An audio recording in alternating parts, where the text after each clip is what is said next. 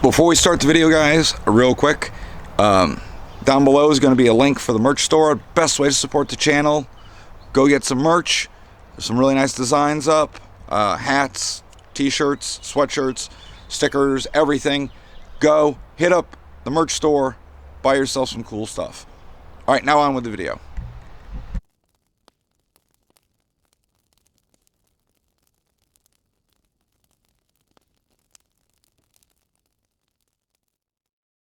All right, morning, guys. This is, I know it's all wobbly, it's not even on a tripod. So real quick, this is just a down and dirty video, one shot, screw ups and all. Yesterday, D-Day, and Governor Lamont here in Connecticut signed the worst gun bill that I could think of in recent times. I mean, it is absolutely horrible for the law-abiding citizen. That being said, yes, I'm sitting in my backyard. It's 7:30 in the morning. I was going to do this last night. It was way too dark. So, doing it this morning, right before I get ready for work. So I just want to go over a quick highlight of the bill and when those things kick in. All right? I poured through the bill last night, and I'm not even a lawyer, and I hate reading legalese, but went through it, found the dates when things all start, because they all had 3 different dates throughout. If I screw one of those dates up and you know more, or you know better, fact check me. All right, put it in the comments or whatever. So here's a little list. All right, so open carry, which they just abolished in the state of Connecticut. That starts October 1st. All right, so you still have time, but honestly, if you're open carrying out in the public, you're just asking for ire from the masses because you're in Connecticut. Do I think you should be able to do it? Yes. Do I think they should ban it? No. Just because you can do something doesn't mean it's smart. That's the way I look at it. High risk repeat offenders takes, this just expands people who can't get permits and things like that. October 1st. The ghost gun thing, where if you have a ghost gun, you have to go to DESP and get a serial number and all that. You can't bring them into the state. You can't have them, blah, blah, blah. January 1st, 2024.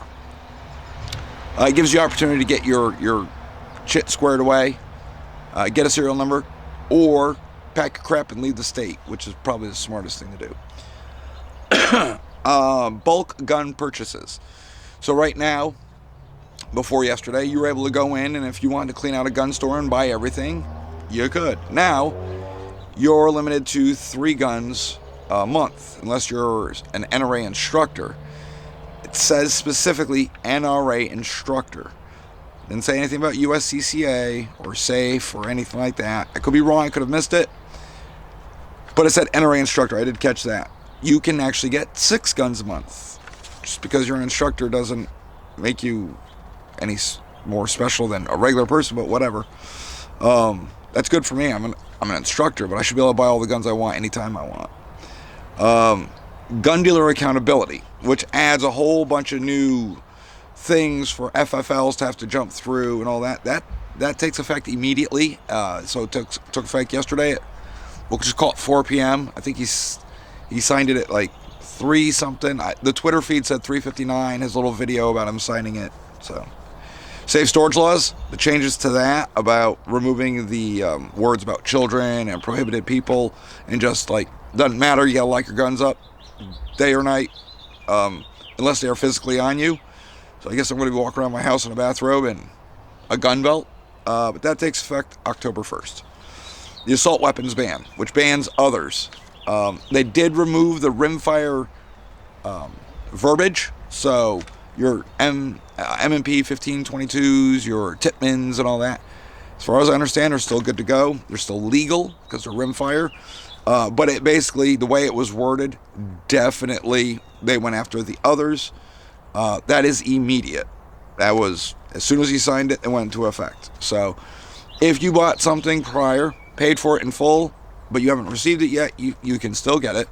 That goes, so if you ordered a bunch of lowers online and haven't shipped to your FFL yet, you're fine. You already paid for them. You should be able to get them. Large capacity magazine ban, which all they did is we already had the ban, but they changed it from a misdemeanor to a Class D felony. That takes effect October 1st. Underage purchase of guns, which has always been illegal, that takes effect October 1st. The expansion on that. The changes to pistol permit training, where now they have to include an hour of Connecticut laws and how you have a duty to retreat and when you can use force, so on and so forth. That expansion kicks in October 1st. Luckily for me, when I teach, where I teach, we've been doing this. The domestic violence, the changes to that makes commission of family violent crime. It expands on it. That's October 1st.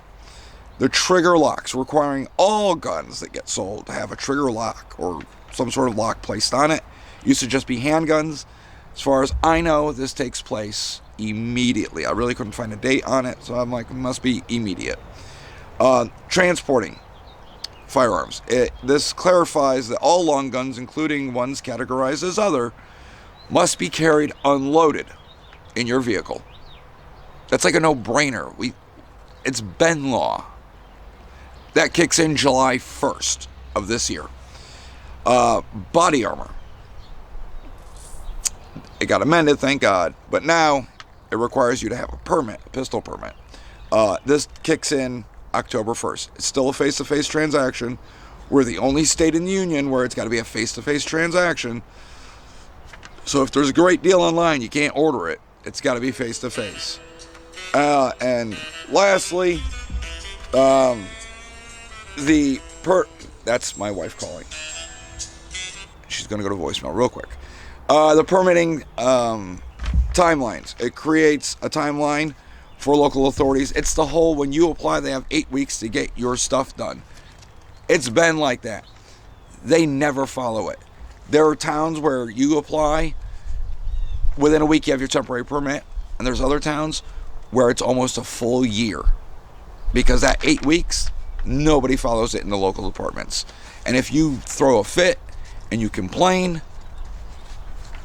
they'll probably just deny you. So that's when everything kicks in between yesterday, July, and October. If you guys have any further questions, throw it in the comments. I'll do my best to answer it.